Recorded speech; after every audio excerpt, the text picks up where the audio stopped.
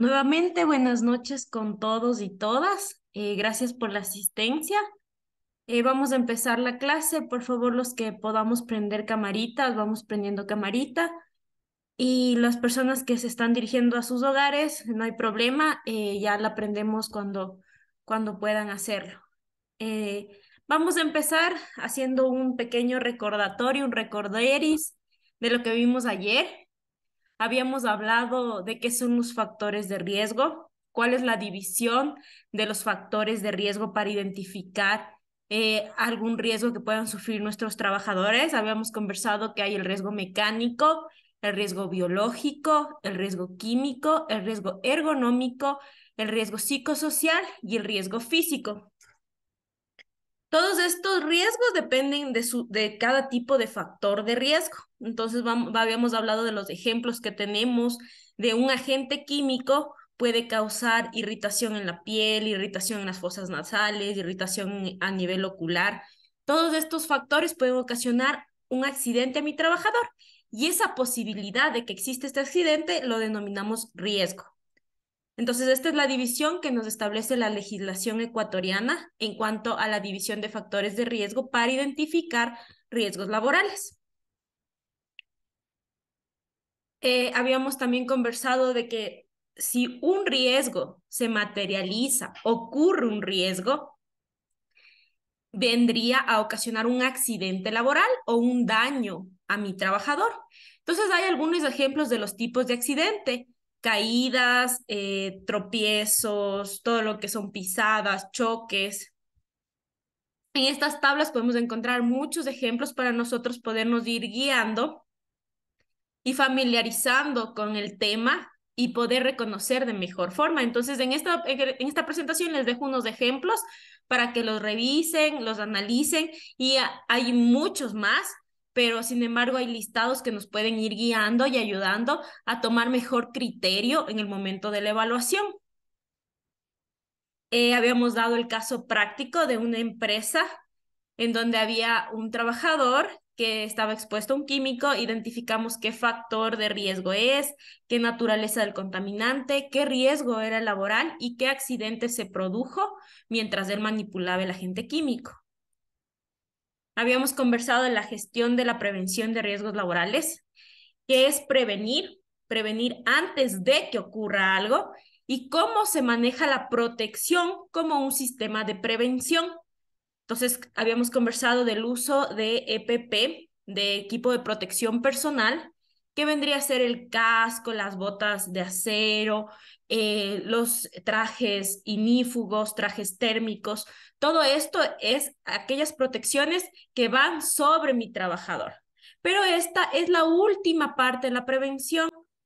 Para iniciar los modelos de prevención, primero vamos a analizar en la fuente, en los medios de transmisión, y después, si es que no puedo hacer gestión sobre la fuente, sobre los medios de transmisión, iré a la protección de mis trabajadores. Habíamos conversado sobre protección, prevención, el ciclo de gestión de la prevención, que es muy similar al ciclo de Deming, que es identificar, eliminar, evaluar, corregir y controlar. Y volvemos, ¿no? Controlamos, volvemos a hacer una reevaluación para identificar, para eliminar, evaluar, corregir y controlar, siempre buscando la mejora continua, esperando siempre identificar aquella falla con aquellos indicadores de gestión que nos puedan dar alertas sobre cualquier tipo de falla que haya en nuestro sistema de prevención de riesgos. Las técnicas de la prevención, recordemos que son 5 tipos de técnicas, aquellas metodologías o disciplinas que se utilizan para yo poder dividir de mejor forma mi gestión de la prevención. Entonces, cada técnica, cada disciplina, cada metodología trata de adecuar los riesgos para que no sucedan. Entonces, cada una se enfoca en diferente tipo. Tenemos la seguridad en el trabajo, la higiene industrial, la psicosociología, la ergonomía y la medicina del trabajo. Cada una de ellas se enfoca de distinta forma para poder prevenir cualquier riesgo laboral. Hasta ahí, hasta la retroalimentación que hemos dado hasta el momento. No sé, ¿alguien tiene alguna pregunta sobre lo que vimos ayer? ¿Quiere comentar algo? Y si no, ya continuamos con esta parte que ya son las funciones y autoridad en cuanto a la seguridad y salud ocupacional. Inge, buenas noches. Yo tengo una pregunta. En el caso de un chofer que siempre pasa, o sea, manejando, ¿no? En los traileros a veces, que pertenecen a empresas, ¿cómo se puede o cómo se hace? Es decir, o sea, siempre pasa. Espérame un ratito. No, no, tranquila. Verás, vamos a hacer, ¿te refieres a la pregunta en gestión o quieres saber cómo se analizarían los factores de riesgo? Exacto, porque, o sea, maneja algo mecánico y a su vez, o sea, es la postura de cómo está sentado Ya, a eso. vamos a ir viendo la parte de manejar, ¿ya? Entonces yo voy a decir que mi perfil del puesto es un señor conductor. El señor conductor, vamos a ir analizando riesgo por riesgo. Entonces vamos a analizar la actividad únicamente de conducir. No vamos a analizar la actividad que él puede cambiar una llanta, no, vamos a analizar solamente él va a conducir, solo eso vamos a analizar. Entonces, ¿cuál sería el riesgo mecánico en el caso de conducir? ¿Cuál sería el riesgo mecánico? El hecho de, a ver, el factor vamos a analizar primero. ¿Cuál sería mi factor mecánico? El auto, ¿no es cierto? El movimiento del auto. Ese es mi factor mecánico. ¿Y qué riesgo puede producir? Que haya golpes, por ejemplo. Si existe un choque, hay un golpe. Eso es mecánico. Ese movimiento, todo lo que sea movimiento de algún tipo de equipo, de algún tipo de herramienta, de algún tipo de maquinaria, el choque que puede haber y el golpe que se puede dar, ese es mi riesgo. Entonces, mi factor de riesgo va a ser el movimiento del vehículo, el movimiento de las piezas del vehículo, y mi riesgo va a ser que pueda sufrir una fractura, una contusión, hasta la muerte. Entonces, ese es mi factor de riesgo y ese es mi riesgo. Vamos con riesgos biológicos. Entonces, en todo mi trayecto, si es que no encuentro riesgos biológicos, yo he analizado bacterias, he analizado virus, o puede ser un conductor de bus, entonces está expuesto a virus de todos mis pasajeros. Entonces, yo voy a decir, él está expuesto a virus por acumulación de pasajeros, ¿no es cierto? Entonces, ¿cuál es mi factor de riesgo? El virus, la bacteria, ese es mi factor de riesgo. ¿Y cuál es mi riesgo? Que pueda contraer una enfermedad. Ya, vamos con un riesgo químico. Un riesgo químico, la gasolina que se utiliza dentro de los buses, el diésel. Entonces, el contacto, mi factor de riesgo va a ser mi combustible. Y mi riesgo va a ser que haya contacto y haya una irritación en la piel del conductor, ¿no es cierto? Puede ser lubricantes también que se utilizan. Puede ser que él hizo limpieza del vehículo con algún químico, con cloro, por ejemplo, y él tuvo contacto con cloro y tuvo una irritación ocular. Ese es mi riesgo, que tenga la irritación ocular y mi factor de riesgo, el cloro, ¿ya? Vamos a ir analizando ergonómicos. Entonces, aquí analizamos las posturas forzadas que tú comentabas. Entonces, mi factor de riesgo es la postura forzada, ¿no es cierto? Y mi riesgo puede ser que contraiga una hernia discal, un daño en su columna, un daño en sus músculos de la cadera, ¿sí? Vamos analizando. Entonces, la parte de ergonomía es la parte que tú mencionabas de estar sentado todo el día por largas horas, sin intervalos de descanso, sin tener un asiento adecuado. Entonces, mi factor de riesgo va a ser mi postura forzada, mi mala postura. Y mi riesgo ya es la enfermedad musculoesquelética que pueda contraer el conductor por estar mucho tiempo sentado. Esa es la ergonomía. Ahora vamos a psicosociales. Vamos a analizar un factor psicosocial del conductor. El estrés que sufren, por ejemplo, por la presión que sufren por las personas que les dicen que tienen que cumplir la ruta a tal tiempo. Esa presión es mi factor psicosocial y mi riesgo puede ser el estrés del conductor. ¿Ya? Entonces, esa es la diferencia entre el factor y mi riesgo. Ahora vamos con un factor físico, la temperatura. Si hace frío, ellos pueden estar a temperaturas bajas. Si hace demasiado calor, están sobre los 20 grados centígrados en los buses, por ejemplo. Entonces, mi factor de riesgo es la temperatura. ¿Y qué puede ocasionar la temperatura? Una insatisfacción o un inconfort térmico, se llama. Entonces, él puede sufrir hasta desmayos, puede haber por inconformidad térmica, por cambios de presión arterial y todo por la temperatura.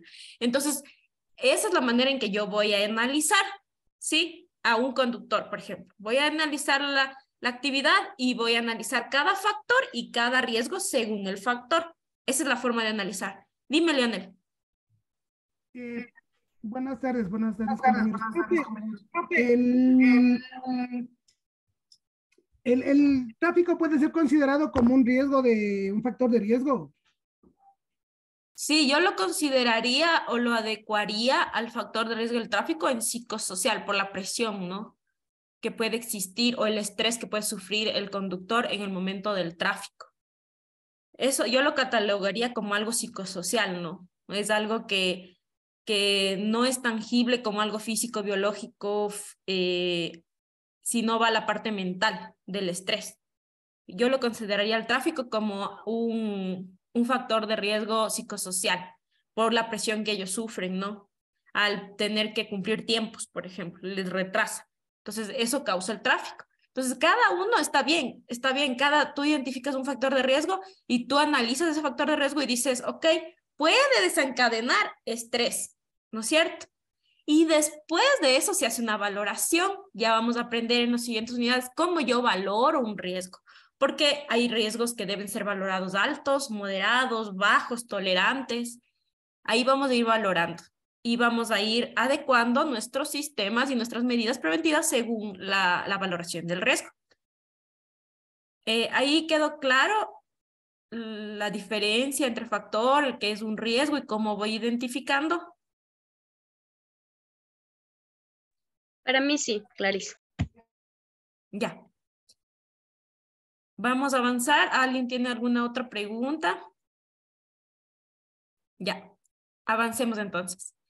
Dentro de toda mi cadena de partes interesadas en la seguridad y salud ocupacional, tenemos una autoridad nacional, una autoridad que el Estado ha enmarcado dentro de la normativa como el coordinador de toda esta parte social, quien hace hasta la regulación, quien va a hacer el control, quien va a hacer las inspecciones, quien va a hacer la verificación y aparte de eso, tiene el poder sancionatorio, porque sabemos que si no hay sanciones, nadie cumpliría, ¿no es cierto?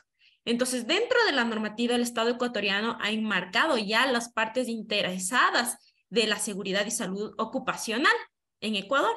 Entonces, tenemos una normativa, el cual indica todos nuestros responsables. Dentro de ella se enmarca el Comité Interinstitucional de Seguridad e Higiene de Trabajo. Este comité está formado por 3 instituciones prioritariamente, que es el Ministerio de Trabajo, el Ministerio de Salud Pública y el IES. Este comité forma parte de la autoridad y cada una de las instituciones tiene diferentes atribuciones y competencias que le otorga la legislación. Entonces, la legislación que me otorga esto, ya vamos a verla en la parte normativa, es el Decreto Ejecutivo 2393. Este decreto ejecutivo a cada una de estas instituciones les da su responsabilidad, su competencia.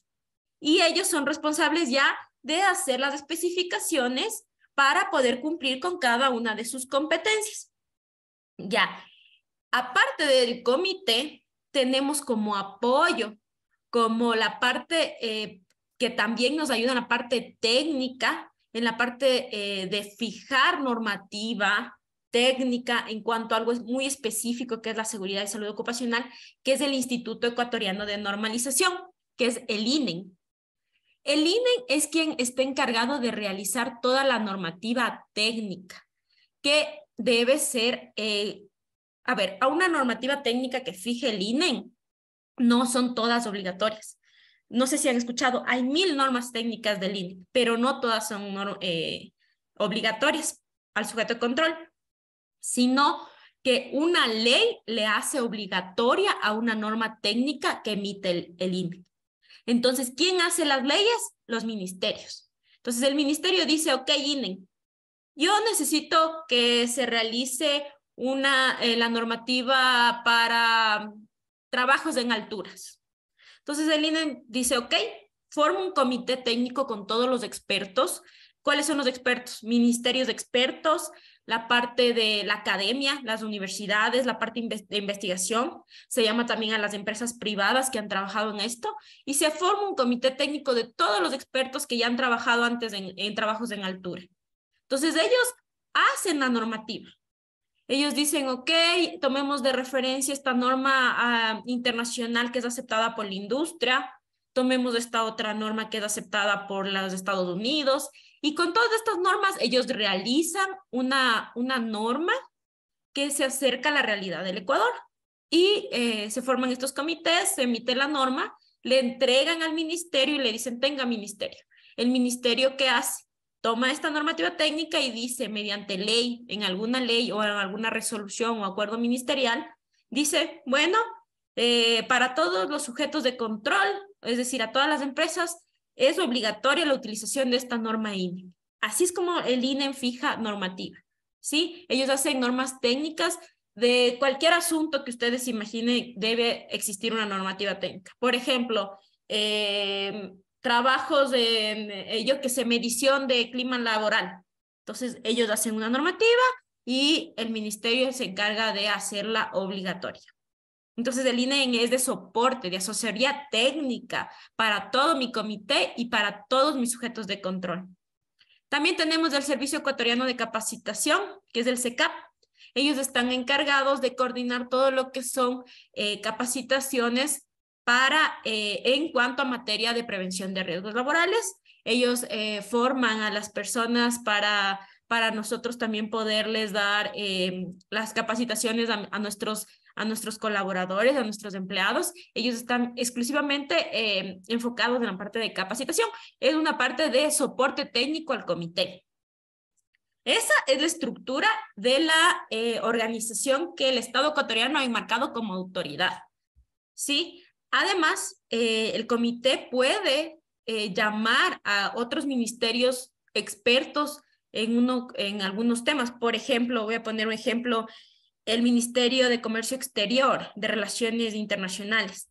El Ministerio de Relaciones Internacionales es quien dice, este químico puede ingresar al país. Este químico no puede ingresar al país, ¿no es cierto?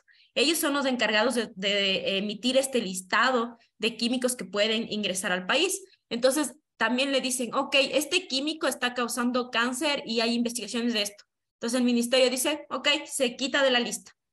Pero el comité es quien llama a los expertos para poderles dar un soporte en cuanto a su materia. Por ejemplo, en el caso de todo lo que es minería, puede llamar al Ministerio de Energía y Minas. En el caso de electricidad igual. Entonces, eso es lo que hace el comité interinstitucional. También puede apoyarse de otras instituciones y las instituciones públicas están en la obligación de dar soporte al comité en cuanto a esta materia de seguridad industrial. ¿Alguna pregunta con respecto a la autoridad nacional? Ya, continuemos. Una vez se ha fijado la autoridad nacional, cada empresa debe contar con su autoridad interna, ¿no es cierto? O más que su autoridad, las personas que están encargadas y tienen responsabilidad de cumplimiento legal en cuanto a seguridad y salud ocupacional.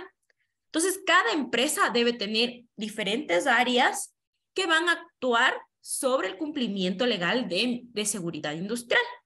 Entonces, ¿cómo vamos a tener? La primera autoridad es el empleador, ¿no? Como se haya fijado, dirección ejecutiva, gerencia general, como se haya fijado, mi empleador es mi representante legal, ¿no es cierto?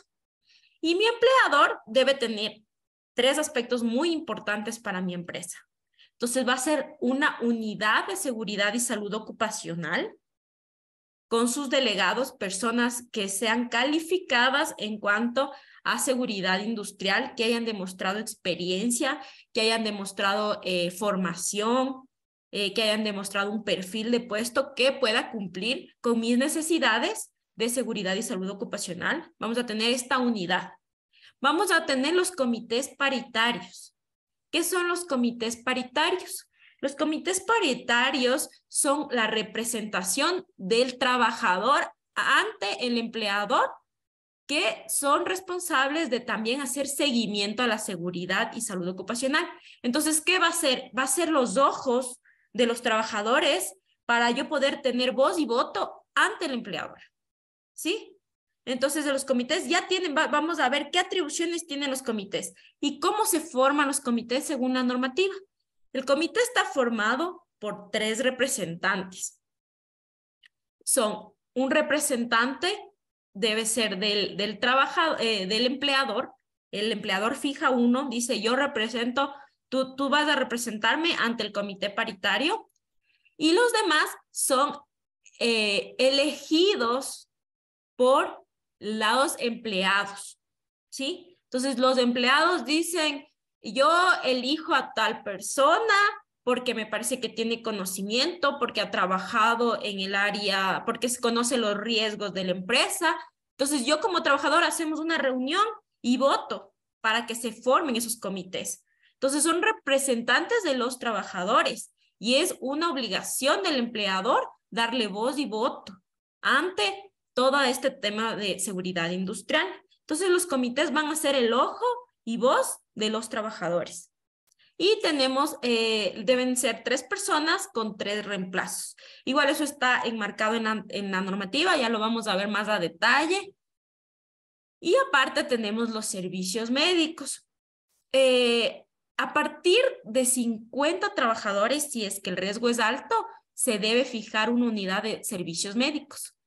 Y si no es riesgo alto, a partir de 100 trabajadores. Sin embargo, siempre debemos tener un médico ocupacional que lleve a partir de las 9 personas, tenemos que tener el médico ocupacional que lleve toda la parte de la medicina en el trabajo. Siempre vamos a tener. Entonces, el empleador va a tener estas 3 aristas dentro de su empresa. La unidad de seguridad, los comités paritarios y los servicios médicos. Cada uno con diferentes competencias que nos fija la normativa.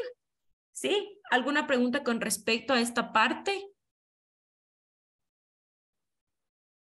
Ya. Sí, profe. No le Víctor. entendí muy bien esto del comités paritarios. ¿Puedes repetir? No le entendí bien. ¿Quiénes están conformados, por favor? Ya. Verás, los comités paritarios son un grupo de representantes del trabajador.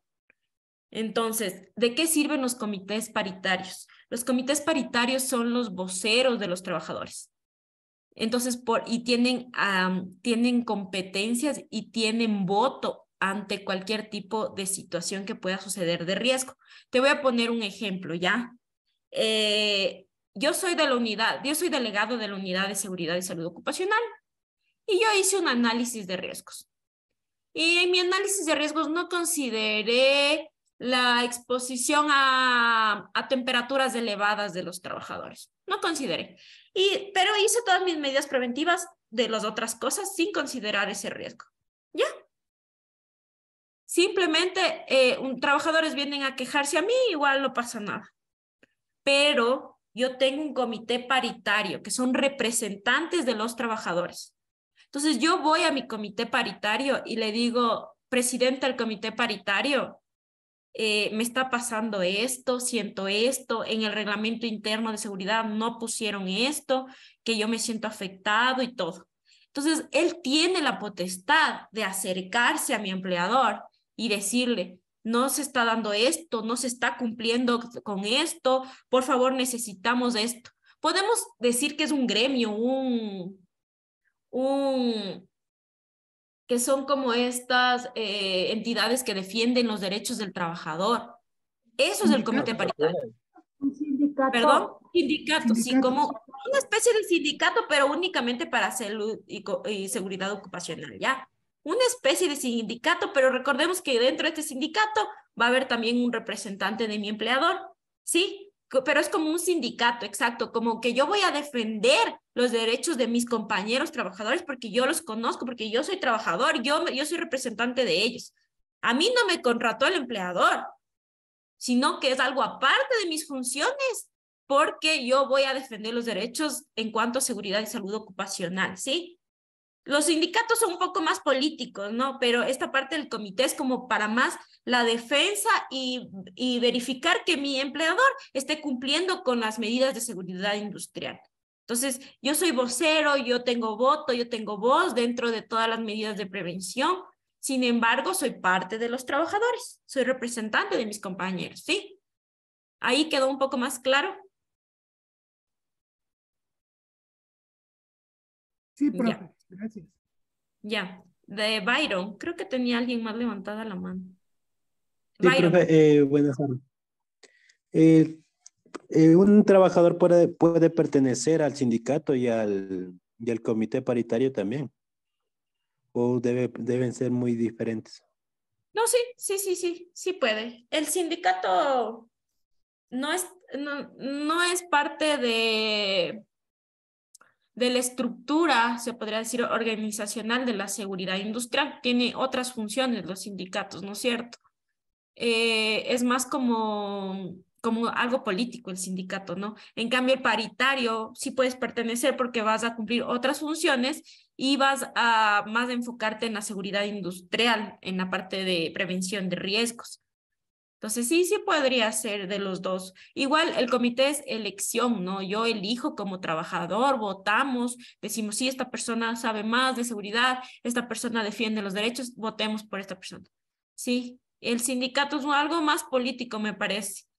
Tiene la mano levantada, yo creo que era Joseph. Sí, Joseph. Sí, hay microempresas que también, o sea, son pequeñas, pero manejan esto de bastante riesgo. Por ejemplo, yo he trabajado en una que es una microempresa, pero es dedicada a la construcción. Pero ¿y en esto es obligatorio que se creen estos comités o cómo sería? Sí, los comités se crean, verás, vamos a ver unas matrices que emite el ministerio para facilitarnos la vida a todos. Entonces, esas matrices la vamos a ir viendo para que veas cuántos números de trabajadores se necesita para formar un comité, cuántos números de trabajadores para formar subcomités, cuántos números de trabajadores para formar comités centrales, por ejemplo. Entonces, sí es una buena pregunta. La verdad es que a partir de 9 trabajadores, 10 trabajadores ya se debe formar los comités paritarios. Y, por ejemplo, si tenemos muchos trabajadores o tenemos otras sucursales, se forman subcomités a partir igual de 9 trabajadores, se eligen los tres representantes y se forman los comités. Pero en realidad es para todas las empresas. Puede ser un delegado de comité si es que no hay mucha gente. No sé de cuánto más o menos tú estás hablando una empresa, pero ya vamos a ver los formularios que nos van a solucionar la vida, que sabemos que si tenemos 5 trabajadores, no debemos hacer comité, ¿sí? Vamos, y les voy a indicar, les voy a pasar esos formularios para que todos lo tengan y todos, se nos soluciona la vida a todos con todos estos formularios que ha emitido el Ministerio de Trabajo. Ya lo vamos a ver, ¿sí? A continuación ya hay esta diapositiva, cómo formamos. Entonces, tenemos nuestra autoridad y nuestras funciones, ¿no es cierto? Dentro de la normativa ya le da funciones específicas a mi empleador, a mi unidad de seguridad, a mi comité paritario y le da también a mis servicios médicos y a mi médico ocupacional.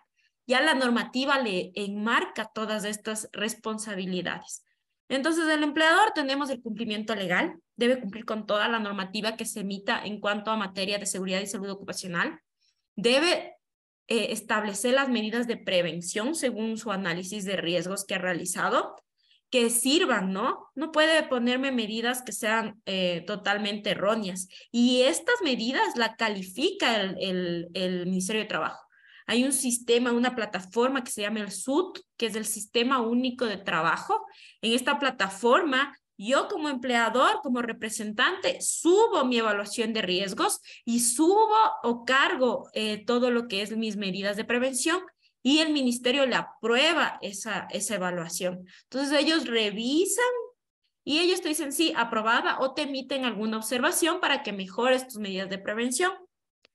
Tiene que el empleador asegurar el buen estado de las instalaciones según la normativa establecida por el Estado. Tiene que dotar de EPP, que es equipo de protección personal, a todos los trabajadores de forma gratuita y hacer las renovaciones necesarias para realizar esto.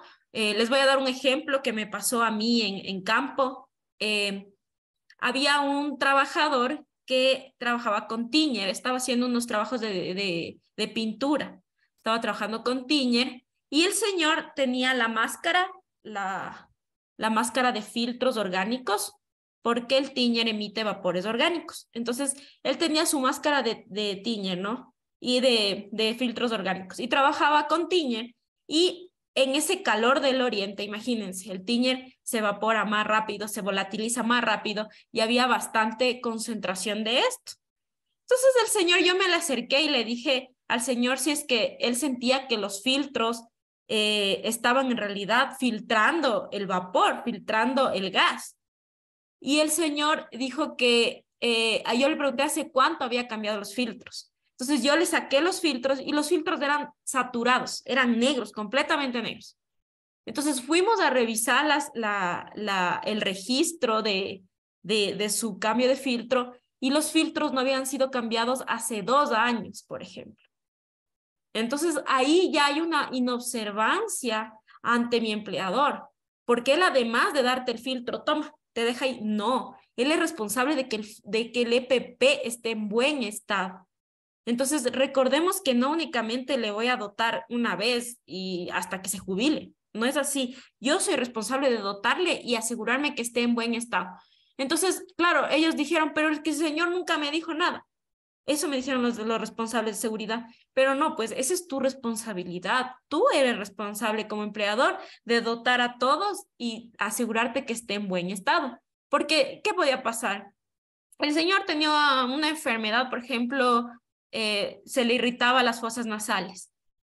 ¿Y qué pasaba? Y denunciaba, y yo como demuestro que él tenía el EPP. Si el EPP le di hace 2, 3 años, eso ya no vale. Se saturan, se caducan.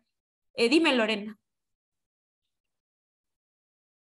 Ya me respondió la pregunta. Quería saber en qué tiempo se puede comprar o renovar nuevos EPPs. ¿Cada año o cómo sería?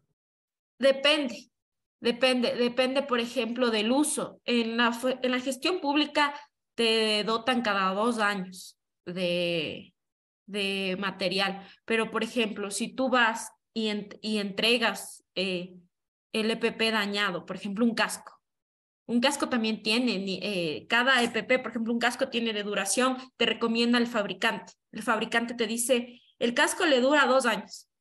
¿Por qué? Porque el material se puede degradar, porque el material pierde propiedades durante el tiempo, porque las propiedades pueden ser según la humedad, según la temperatura, se daña el casco.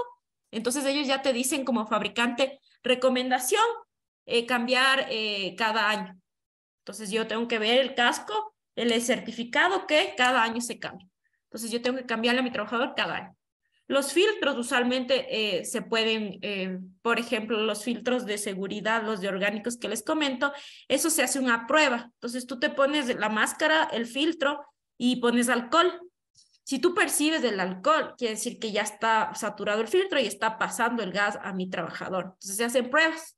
Puedes hacer esas pruebas cada mes, cada 5 meses, que también el uso, ¿no?, del trabajador, porque si un trabajador trabaja solo una vez al mes con ese filtro, no tendría por qué saturarse más rápido que el que trabaja todos los días. Sí, entonces igual te van a poner la recomendación del fabricante. Igual el fabricante, así no se sature, te va a decir cambiar cada año. ¿Sí? Entonces eso depende mucho de la fábrica a la que está expuesto. Por ejemplo, hay materiales que tienen estas coberturas de impermeabilización, por ejemplo, de ropa de protección.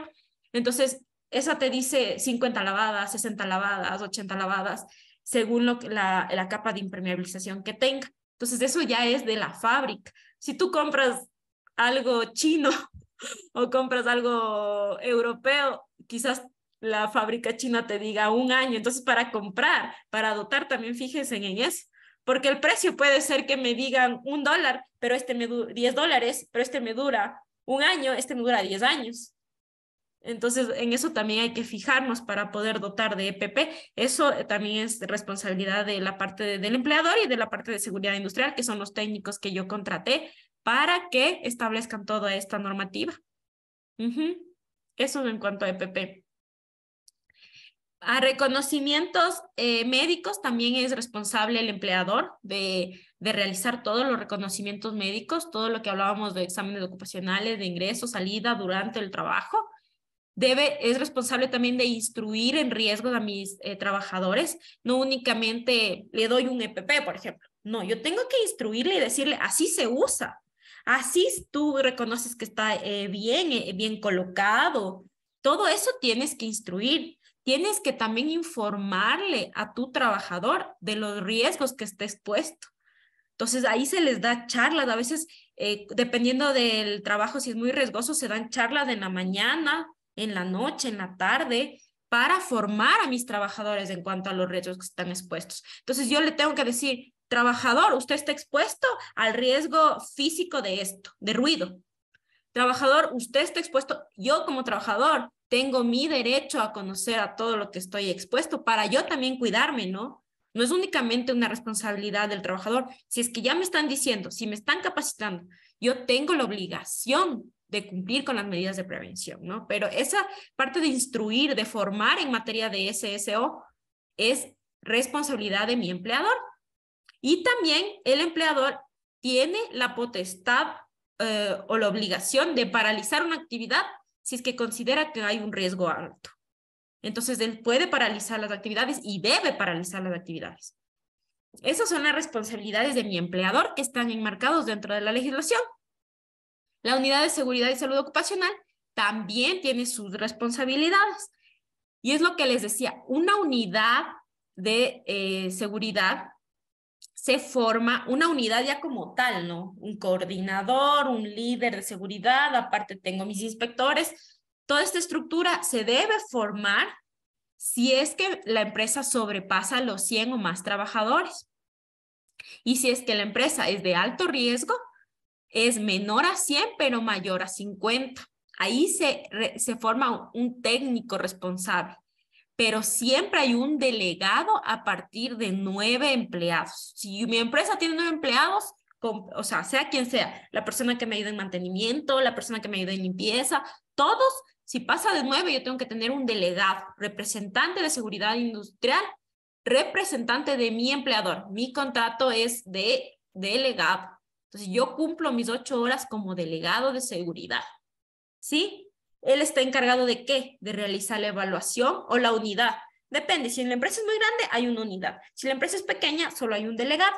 O puede poner 2 delegados ya, pero mínimo tiene que tener 1. Entonces, él es responsable de la evaluación y control de riesgos. Él es responsable de realizar una capacitación. Él es responsable de realizar los registros estadísticos. Los registros estadísticos son aquellos que te solicite el IES que tú reportes. Entonces, ¿tú qué reportas? Reportas accidentes, número de accidentes mensuales, número de mortalidad, número de enfermedades que se han presentado. Todos estos registros estadísticos los lleva la unidad de SSO. Y también hay la parte médica, la lleva el médico de salud ocupacional. También hace asesoramiento técnico la unidad de seguridad y salud ocupacional a mi empleador. Entonces, ellos al conocer toda la parte técnica de la seguridad y salud ocupacional, ellos asesoran al empleador. Entonces, le dicen, yo te recomiendo hacer esto, yo te recomiendo comprar estos EPP. Ellos son los expertos, entonces ellos deben asesorar. Igual, si tú te acercas y le dices, oye, por si acaso tengo este riesgo, ellos te asesoran cómo utilizar, cómo hacer. Ellos son los expertos en esta parte. Y ellos llevan, obviamente, el archivo, la documentación técnica. Entonces, si es que hay alguna inspección del IES, del Ministerio de Salud, del Ministerio de Trabajo, ellos son quienes deben declarar o defender una auditoría en caso de que exista algún tipo de inspección, porque ellos deben archivar la documentación de respaldo. Todo debe respaldarse. Recordemos eso muy bien. Nada dejemos por hecho, por sentado o por palabra. Tenemos que tener evidencia de todo lo que decimos. Tenemos que tener evidencia de todas las acciones que hemos tomado. Tenemos que tener evidencia de todo lo que hemos entregado. Recordemos eso. Yo le entrego a usted su uniforme de protección de este año. Por favor, firme aquí. Firma. Usted es responsable de llevar su registro de utilización. A veces hay sistemas de gestión que son que yo tengo que firmar cada vez que utilizo una mascarilla, por ejemplo. Entonces yo tengo que firmar que la utilicé. Entonces todos estos seguimientos son muy importantes para yo respaldar esta información. Entonces todo este tipo de documentación técnica la lleva la parte de seguridad y salud ocupacional, la unidad o el delegado. ¿Alguna pregunta? Seguimos. Esa unidad, yo tengo una pregunta, Sí, Daniel. Daniel, Digo, dime. ¿esa unidad verifica los accidentes de los trabajadores o solo la parte de los CPP? ¿De la parte de cuántos trabajadores, de la documentación o los accidentes también que puede sufrir el trabajador al momento de estar al trasladarse a su trabajo? La unidad del SDO sufre un accidente y llega a morir esa unidad. ¿Verifica Ajá, cómo sucedió o sí. no? Aquí podemos ver entre las funciones que dice evaluación y control de riesgos. Entonces, ellos están encargados de evaluar y controlar el riesgo y de darse algún accidente. Ellos son los responsables de hacer el levantamiento de información de qué sucedió con el accidente, hacer la investigación laboral respectiva. Ellos son los encargados de notificar al IES en el caso de que exista algún accidente que tenga para el trabajador de más de 3 días. Entonces, ellos son los responsables de realizar todo este levantamiento de información. Hay metodologías para investigar un riesgo y ellos son quienes hacen la investigación de un accidente. Ellos sacan los reportes de los accidentes. Ellos son los encargados. Ellos van a hacer la evaluación y el control. Y si es que existe alguna falla, ellos deben tomar las medidas precautelatorias o correctivas para que no vuelva a fallar. Pero sí, ellos son quienes llevan el registro de los accidentes y llevan la investigación de los accidentes y ellos son los encargados de registrar la parte estadística ante el IES y ante el Ministerio de Trabajo.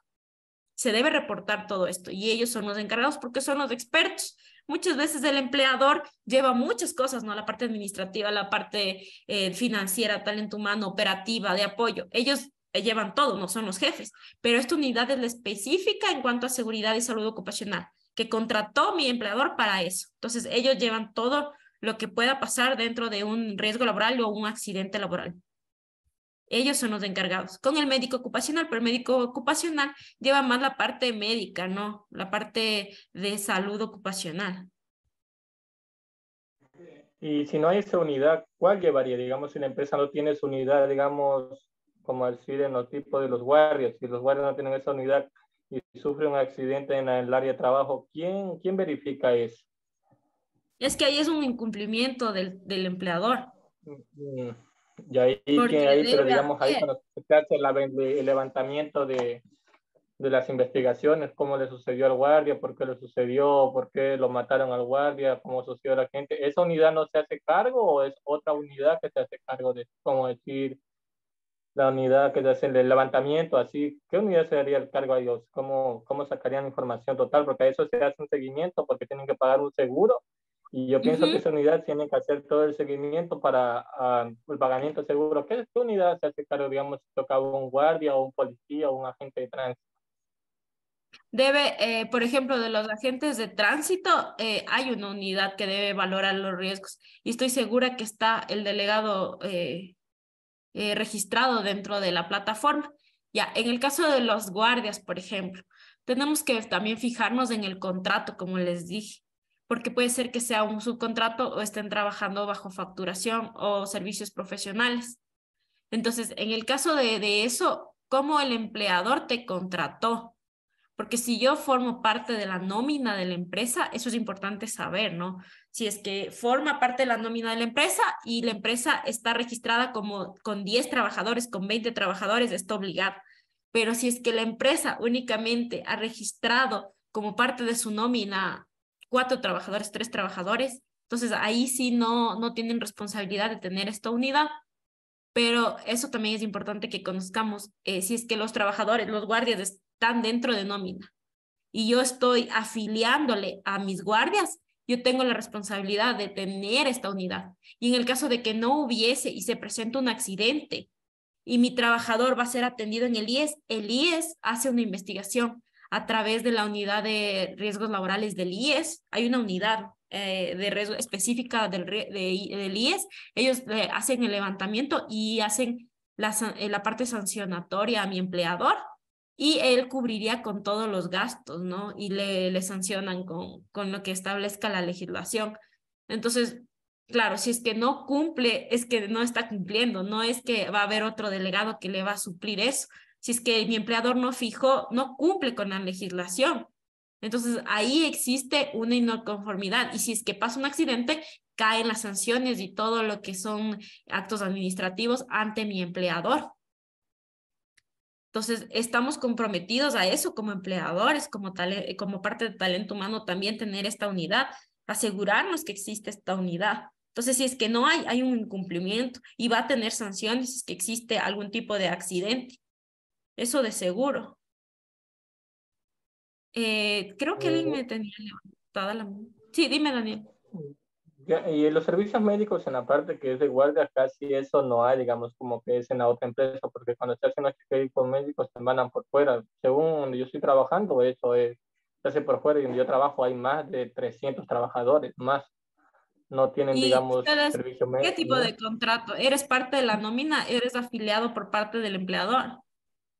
Verá, a mí yo cuando cogí el contrato yo tuve un seguro de vida que si yo llego a fallecer en mi trabajo, el seguro de vida son de $50,000.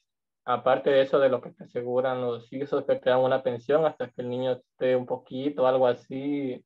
Pero todo ese seguro tienes que cogerlo si te lo hacen validar según con los familiares que tú le vas a dejar. Puedes dejar a 4 familiares, los 50,000 y todo eso. Pero Pero estás digamos, afiliado al ¿cómo IMSS. Claro, pero ¿cómo se verifica si estás totalmente en nómina, así como usted mismo dice, para ver si qué cuentas en esas cosas? ¿Cómo sería? Estás afiliado al IMSS. Claro, si estoy afiliado al día, todo eso, pero Entonces digamos, eres nómina. entonces eso Entonces ya que estás hagamos sí, eres los nómina. Si servicios, estás afiliado al IES, no tienes servicios profesionales. Tú estás en dependencia de esa empresa. ya entonces digamos que si Ex- yo llego a sufrir el accidente, el IE es el que se va a hacer cargo de hacer la investigación total Sí, para poderme dar el sí, seguro que corresponde. sí, te va a cubrir el IES porque es parte, pero le van a cubrir, le van a cobrar a tu empleador. O sea, el IES te va a atender y a ti no te van a cobrar nada, pero tu empleador va a tener que pagar en el caso de que haya sido algún incumplimiento legal. Sí, pero eres nómina porque estás dentro del IES y el IES hace el levantamiento de la investigación de riesgos laborales. Ujú. Si es que no está cumpliendo, le Ya, van a sancionar. Ajá. ¿Tenía claro, alguien otra ajá. pregunta? Alexandra. Sí, sí, sí, yo, profe, una preguntita. Según lo que usted nos dice, dice que hay que haber un médico ocupacional o un médico donde uno trabaja, ¿no es cierto?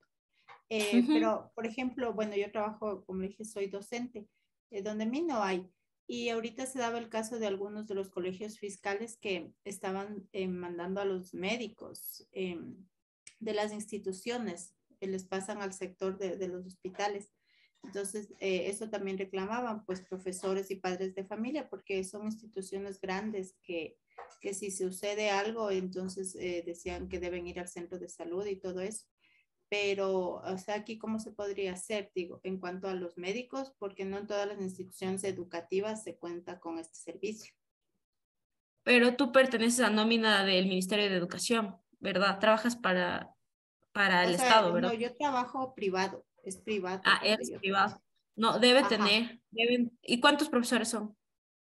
No es muy ¿Cuántos grande, son en en todo el total colegio? somos, es de escuela nomás. Entonces hay como 15 profesores, más de personal administrativo, las personas que colaboran en el aseo y todo eso, el guardia, todo eso. Pero A médico ver, no, no hay. el médico ocupacional lleva únicamente la situación de salud ocupacional. No es lo mismo la salud que tenga un consultorio médico que te atienda, ¿ya? Ujú. Eso no es la parte de médico ocupacional. El médico ocupacional lo que está encargado es únicamente de hacer el seguimiento a la enfermedad ocupacional que puede ocasionar algún riesgo laboral. No es que estoy con gripe, voy a ir al médico ocupacional. No. Médico ocupacional lleva únicamente estas estadísticas y obviamente si es que tu trabajo como docente amerita algún riesgo alto y toma medidas de exámenes ocupacionales, él no te hace el examen ocupacional, te hace otra empresa aparte y él únicamente lleva el seguimiento estadístico o hace las medidas preventivas en cuanto a salud de enfermedades ocupacionales. No quiero decir con médico ocupacional que va a tener un consultorio en institución, que te va a atender, no, sino que lleva esta parte de medicina ocupacional. Sí, que es estadísticas, que son accidentabilidades, mortalidad, patologías de la parte de riesgos laborales. No es que tenga un consultorio de atención médica. Sí, eso es servicios médicos en el caso de que el riesgo, que la empresa tenga más de 100 trabajadores. Sí. Pero bueno, sí hay instituciones, como digo, sí hay médicos también, o sea, que atienden cualquier emergencia ahí dentro de la institución. Claro, como colegio y todo, pero la parte, quiero que no se confunda la parte médica de prestar una consultoría médica con la parte de medicina ocupacional. Eso únicamente lleva a la parte de riesgos, es diferente. Ajá. Creo que de nada. ¿Alguien tenía, Giovanni? Y qué buenas noches.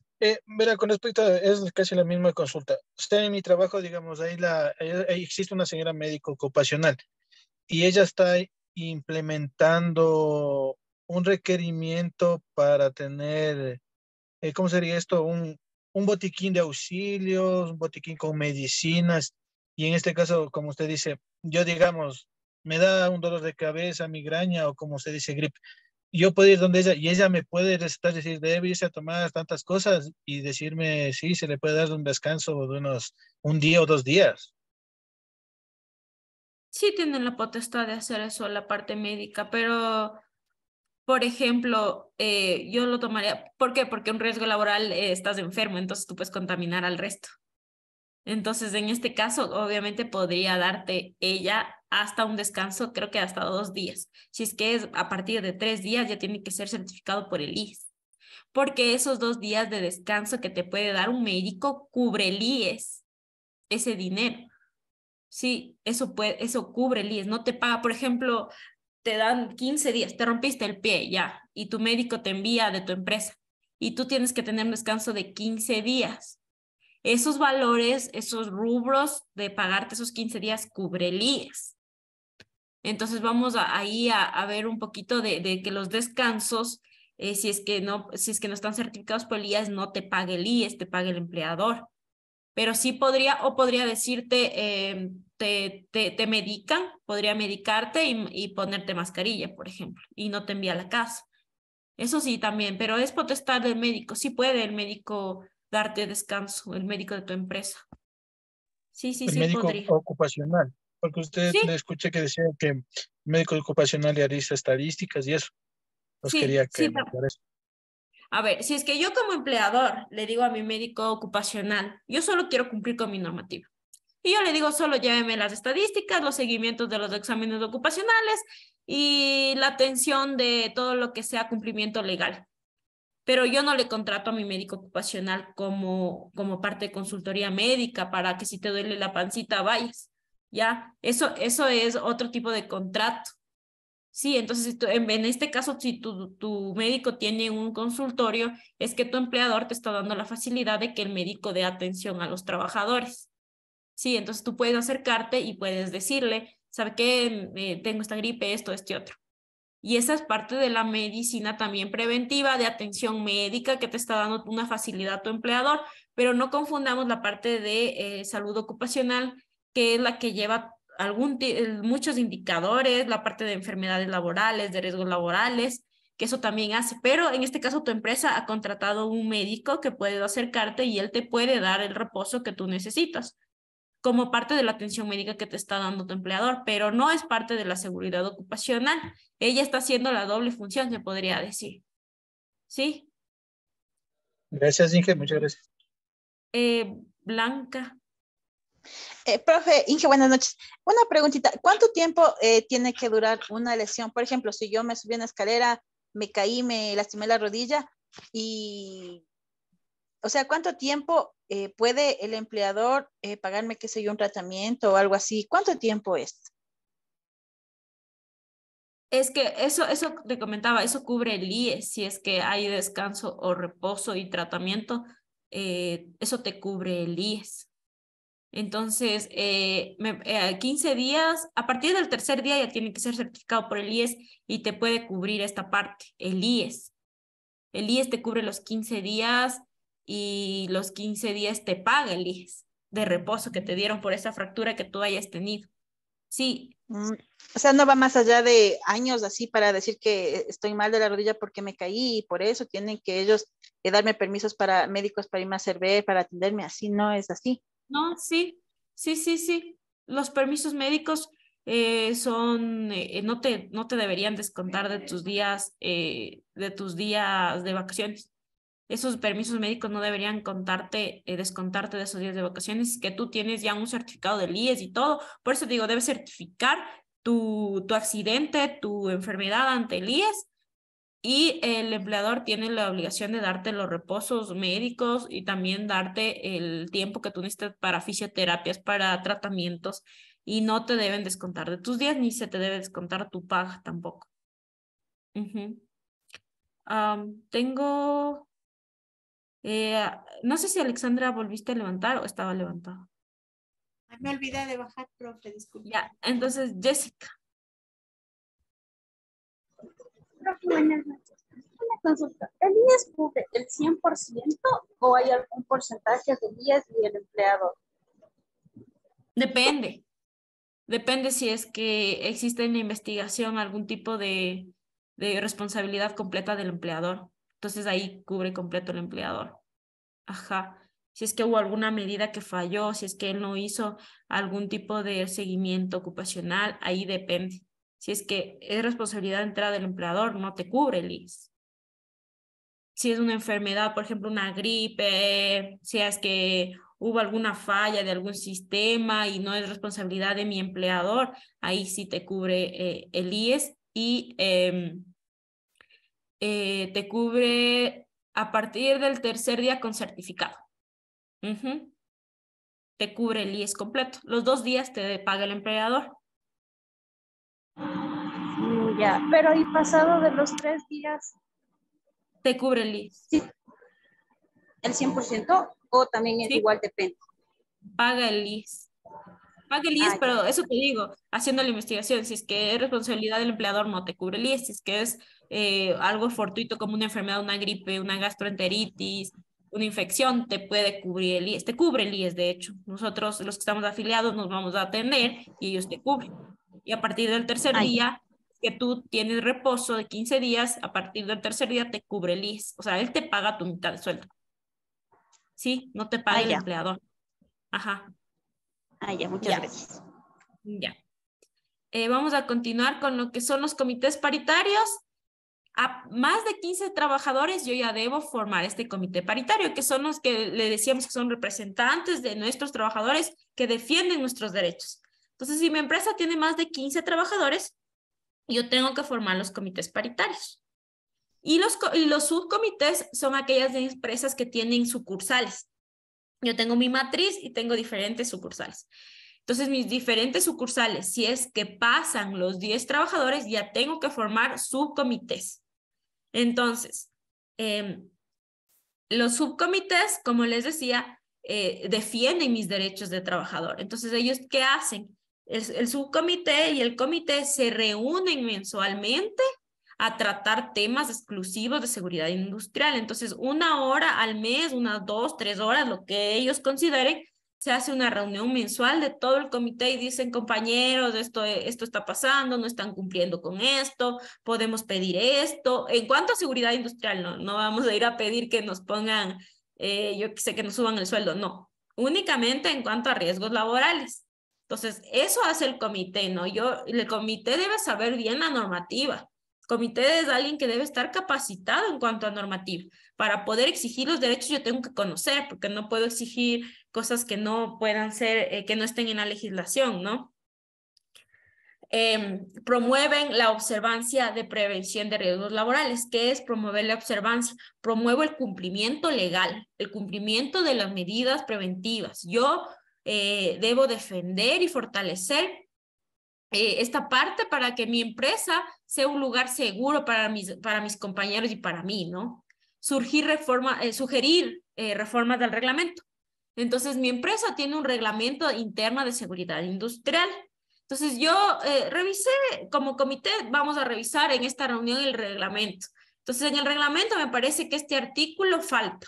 Entonces, yo puedo ir a proponer ante mi empleador, ante mi unidad de seguridad y salud ocupacional, una reforma al reglamento, una mejora al reglamento, que se fortalezca el reglamento en cuanto a esto, a entrega de PP, en cuanto a medición de clima laboral, en cuanto a medición de que se reforme la parte de exámenes ocupacionales, que se reforme la frecuencia de monitoreo de gases, de monitoreo de iluminación. Todo esto es lo que yo solicito, porque yo tengo pruebas, ¿no? Porque tengo conocimiento. El comité debe ser muy consciente. No podemos pedir por pedir, tenemos que saber. El comité también puede hacer campañas de prevención. Entonces, promovemos las campañas de prevención contra las adicciones, a las drogas, al tabaco, al alcohol, las campañas de riesgos psicosociales. Ellos pueden hacer estas campañas de prevención para incentivar a los trabajadores, para que los trabajadores también conozcan los riesgos. Y también pueden solicitar como les decía, que exigir medidas preventivas, ¿no? O sea, yo pienso que en esta parte hay muchos gases, entonces yo exijo que se abra un canal de ventilación. Entonces, porque yo sé que aquí hay muchos gases, porque yo pedí una medición de gases y aquí hay mucha concentración de A o B gas. Entonces, yo pido ventilación. Eso hace el comité paritario. Entonces, ellos están en constante revisión, en constante atención a las solicitudes de mis compañeros para yo poder tener esa voz y voto ante mi empleador, ante mis representantes de seguridad industrial. Y también teníamos los servicios médicos. Entonces, todas las instituciones deben tener un médico ocupacional. Y aquellas instituciones que tienen un riesgo alto, si es que yo tengo más de 50 trabajadores, hasta 100, debe tener un servicio médico, que son quienes dan estos servicios médicos que conversamos, que ya es toda una unidad, no únicamente, el servicio médico sí es la atención médica. Y la parte de médico ocupacional es quien lleva únicamente las estadísticas de enfermedades ocupacionales, análisis de riesgos ocupacionales en la parte médica. Pero yo puedo, si es que yo tengo de 50 a 100 y mi riesgo es alto, yo tengo que tener servicios médicos. Ahí sí entra la atención médica, ¿sí? Por favor, no confundamos esto de un servicio médico completo a un servicio de únicamente un médico ocupacional. Y para todas las empresas mayores a 100 trabajadores, que son riesgos bajos, todas las empresas mayores a 100 trabajadores debe tener un servicio médico, que es atención médica y la parte de médico ocupacional. Sí, de ahí las empresas que son pequeñas, con menor de 50 trabajadores, únicamente tendrían que tener un médico ocupacional y pues tendrían la opción también de dar servicio médico a mis trabajadores, ¿sí? ¿Alguna pregunta? Ya creo que las hicimos todas. Dime. Profe, ¿Sí? en los subcomités que se deben encontrar en cada sucursal, ¿de cuántas personas tiene que estar acá, o sea, conformado cada subcomité? ¿Una nomás o tiene un número? Depende si es que, por ejemplo, son menor a 9 trabajadores, únicamente uno. Entonces, si yo tengo más de 15, se forma igual un subcomité con 3 representantes. ¿Sí? Si yo tengo menor a 9, 1. Y si es que es mayor a 15, con 3 representantes. Sí. Ya, profe, gracias. Vamos a hacer un ejemplo. Verán, les comentaba que el Ministerio de Trabajo estableció matrices para facilitarnos la vida a todos los representantes de seguridad industrial, y dentro de estas matrices está la parte de identificar si una empresa necesita una unidad de seguridad, si una empresa necesita un médico ocupacional, si una empresa necesita servicios médicos y si una empresa debe tener comité o subcomités. Entonces vamos a hacer este ejemplo práctico, únicamente vamos a decir sí, yo creo que sí, yo creo que no necesita. Entonces vamos a decir que la empresa comercial S.A. dedicada a la comercialización de productos químicos peligrosos. Entonces ya sabemos cuál es mi nivel de riesgo más o menos, ¿no es cierto? Comercialización de productos químicos peligrosos. Entonces, ¿qué consideran ustedes? ¿Que es alto el riesgo o bajo el riesgo de mis trabajadores? Alto. Alto. Alto. Riesgo alto, ¿no es cierto? Sin necesidad de yo hacer el análisis, yo ya sé que es un riesgo alto de mi empresa. Entonces vamos fijando, es una empresa que tiene riesgo alto. Ya. Cuenta con 55 trabajadores de planta en la sucursal matriz en la ciudad de Quito y 20 trabajadores en la sucursal de Guayaquil. Entonces, vamos a ir viendo. Vamos a ir analizando. Unidad de Seguridad y Salud Ocupacional. ¿Qué nos decía de la Unidad de Salud Ocupacional? ¿Alguien recuerda? ¿Cuándo debíamos nosotros formar a una unidad de salud ocupacional? Y a una unidad como tal, de coordinador experto. ¿Cuándo era? Cuando son más de 100 trabajadores. Más de 50. Ya. Pero recordemos, Jocelyn, que son más de 100 trabajadores, pero mi empresa era de riesgo alto. Cuando es de alto riesgo, es menor a 100. Menor a 100 y mayor a 50. Mayor a 50. Si yo tengo más de 50 trabajadores, yo ya debo formar una unidad de seguridad y salud ocupacional. Entonces, miren, cuenta con 55 trabajadores más 20 trabajadores de Guayaquil, ¿no? Entonces, mi nómina total es de 75 trabajadores. ¿Yo qué debo hacer? Formar mi unidad de salud ocupacional, ¿sí? Porque mi riesgo de la empresa era alto. Claro, si mi empresa únicamente está dedicada a la parte administrativa o somos asesoría administrativa y tenemos 50 trabajadores, no se debería formar la unidad, pero sí debo tener delegado, un representante, más no una unidad completa. Es a lo que me refiero. Y ya, para que entiendan esto, ya les voy a pasar los formularios porque vamos a hacer el ejercicio práctico de esta semana. Vamos a utilizar esos formatos. El día de hoy, si avanzamos, vamos a ver normativa y vamos a ver estos formatos para que nos vaya aclarando si aplica, no aplica, cómo aplicamos, y vamos a ir captando de mejor manera esta parte de la unidad y del delegado de seguridad y salud ocupacional. Ya, sigamos con el siguiente análisis. ¿Mi empresa comercial debe tener médico ocupacional, sí o no? Sí. Sí, todas las empresas debemos tener un médico que lleve las estadísticas ocupacionales en cuanto a riesgos laborales. ¿Mi empresa comercial debe tener servicios médicos? ¿Debe tener un área de servicio médico, de atención médica? Sí. ¿Por qué? Sí. Porque tenemos alto riesgo y tenemos más de 50 trabajadores. Entonces, si yo tengo una empresa de alto riesgo y más de 50 trabajadores, yo debo tener una unidad de servicios médicos, de atención médica a mis trabajadores. Ya, ahora vamos con comité. ¿Debo tener un comité en la matriz? ¿Debo tener comité y subcomité o solamente un comité? Sí. Debo tener comité porque tengo más de 15 trabajadores. Entonces, el comité generalmente se forma, el comité principal. Tengo un comité principal y mis subcomités. Mi comité principal se forma donde hay más trabajadores. Entonces, yo voy a formar mi comité en la matriz, que es la ciudad de Quito, que tiene 55 trabajadores. Entonces, voy a formar mi comité y voy a formar mi subcomité en Guayaquil, igual con mis representantes de mi subcomité, porque tiene más de 15 trabajadores, tiene 20 trabajadores. Yo voy a formar un comité con 3 representantes de los subcomités, y estos subcomités se reúnen. Igual mi comité se reúne mensualmente y lleva todo el seguimiento del cumplimiento legal de mi empleador. Entonces, así es como yo voy formando. De igual manera, ya vamos a hacerlo más práctico, vamos a verlo con las matrices y vamos a tener casos prácticos para yo poder ir viendo el cumplimiento legal en cuanto a esta formación de unidades dentro de mi empresa, mis representantes de seguridad.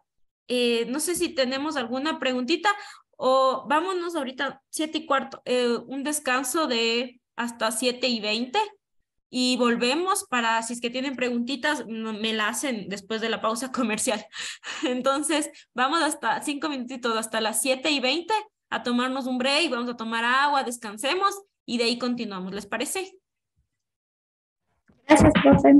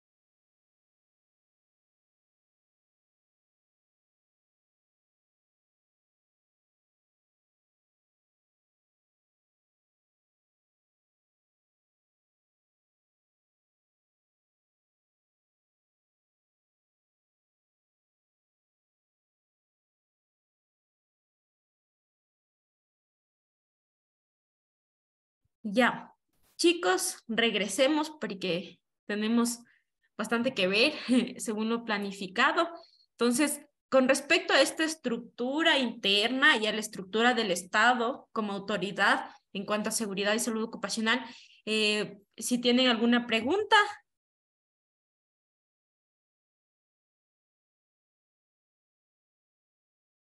Ya, entonces podemos continuar a nuestra siguiente unidad. Como les comentaba, bueno, el foro ya les proporcionó ayer que vamos a hacer como foro. No sé si del foro alguien pudo revisar algo y tiene alguna pregunta. O le volvemos a leer al foro para... A ver, dígame. Profe, yo estuve haciendo esto del foro, pero me quedé confundido porque según las leyes del Estado ecuatoriano, dice que cuando exista acoso laboral, hay dos instancias, una en la que se puede subsanar el, como decir, el tema dentro de la empresa.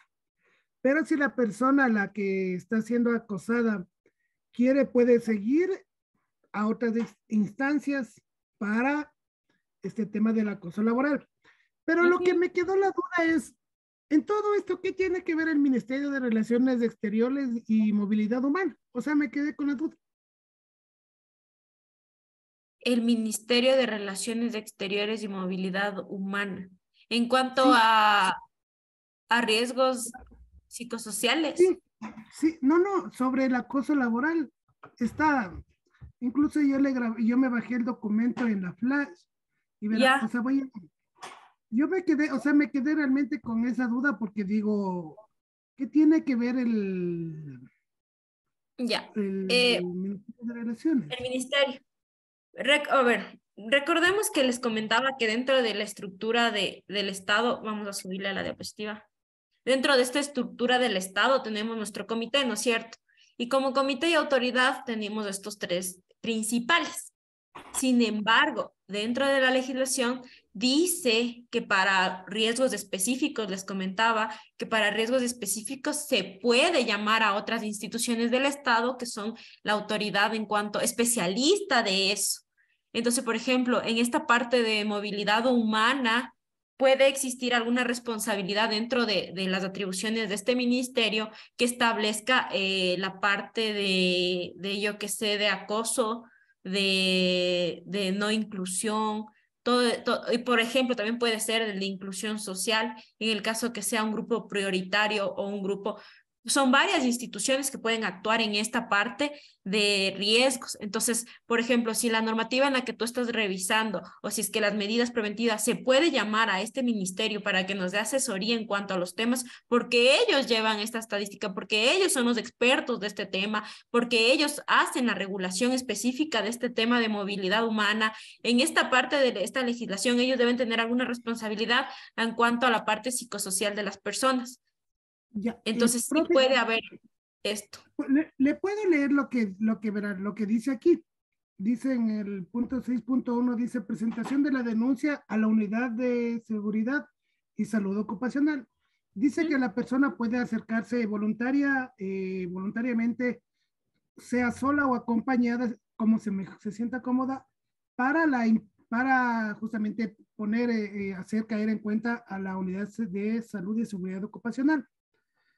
Dice, el momento en que la persona afectada, víctima, se aproxima a la unidad o a la unidad de seguridad ocupacional, dicha área tiene la obligación de informar sobre la existencia del presente protocolo. Dice, las alternativas para su tratamiento y los procedimientos que se siguen para su atención al interior del Ministerio de Relaciones Exteriores y Movilidad Humana. Entonces, me quedé pensando. ¿Qué responsabilidad debe tener el ministerio? Entonces, son procedimientos que enmarca una u otra institución a la que tú te debes dirigir. Entonces, dentro de esta unidad del ministerio debe existir alguna unidad de seguimiento de riesgos laborales. Recordemos que cualquier accidente debe ser reportado al IES. Entonces, si es que yo denuncio una parte de riesgo de psicosocial ante mi unidad, a ver, vamos a ponernos de ejemplo. Primero, yo como trabajador me siento acosado. Entonces, yo voy a ir, la ropa sucia se lava en casa primero. Entonces yo voy a ir ante mi unidad de seguridad y salud ocupacional, es lo que te está diciendo ese procedimiento. Claro, Yo primer paso. voy como trabajador, primer paso, voy a mi unidad. No me pararon bola, no hicieron nada ante mi denuncia. Yo puedo dirigirme ante mi instancia superior, que es ya la autoridad del Estado. Entonces, ese procedimiento te dice el IES y también alguna unidad que debe tener este ministerio, debe tener la responsabilidad en cuanto a acoso laboral. Entonces, me voy a dirigir hacia esa unidad. Entonces, Claro. yo como ministerio tengo también esta responsabilidad de cumplir con este tipo de atribuciones de seguridad y salud ocupacional. Entonces, eso es lo que te está diciendo este procedimiento, ¿sí? Sí, Entonces, ese aquí es el dice procedimiento que debemos seguir. que la persona afectada podrá presentar la denuncia que se realizará mediante el sistema Biodata del Ministerio de Relaciones Exteriores y Movilidad Humana, que es un sistema online en el que se carga el expediente digital de cada funcionario. La denuncia se realizará ante la Dirección de Administración de Talento Humano. También la puedes realizar ante el Ministerio de Trabajo. Ellos también receptan estas denuncias. Entonces, tendrían que revisar cuál es el procedimiento y no sé si es el que está refiriendo por trata de personas, quizás ese puede ser el alcance de ese procedimiento o también por... Es únicamente de acoso laboral. Es yo me bajé ya justamente como le indicó, el protocolo de... ay, ya se me perdió. Bueno, es el protocolo para lo que se trata de hostigamiento laboral. Y ahí está totalmente completo todo. Dice, procedimiento en caso de acoso u hostigamiento laboral con connotación sexual. Entonces, esto es recién expedido Eso es acoso sexual, entonces también. Ojo. Ajá, habla así de hostigamiento con referimiento de acoso sexual. Por eso te decía, hay que revisar bien el alcance de ese procedimiento. Entonces debe de ser por acoso sexual que te vas a dirigir a o B circunstancia. Si es que es acoso laboral únicamente, eso se dirige al Ministerio de Trabajo. Entonces, por eso te decía, de estos protocolos hay que ver el alcance que tiene.